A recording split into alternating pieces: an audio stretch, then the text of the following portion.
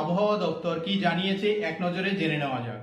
তাপমাত্রা বর্তমানে যেটা রয়েছে মিনিমাম টেম্পারেচার দক্ষিণবঙ্গে বেশিরভাগ জায়গাতেই স্বাভাবিকের থেকে কম রয়েছে। কলকাতা পার্শ্ববর্তী অঞ্চলে মিনিমাম টেম্পারেচার রিপোর্ট হয়েছে গত 24 ঘন্টায় 13.7, যেটা স্বাভাবিক এই সময় থাকে 14.5-এর কাছাকাছি, অর্থাৎ স্বাভাবিকের থেকে কিছুটা কম রয়েছে।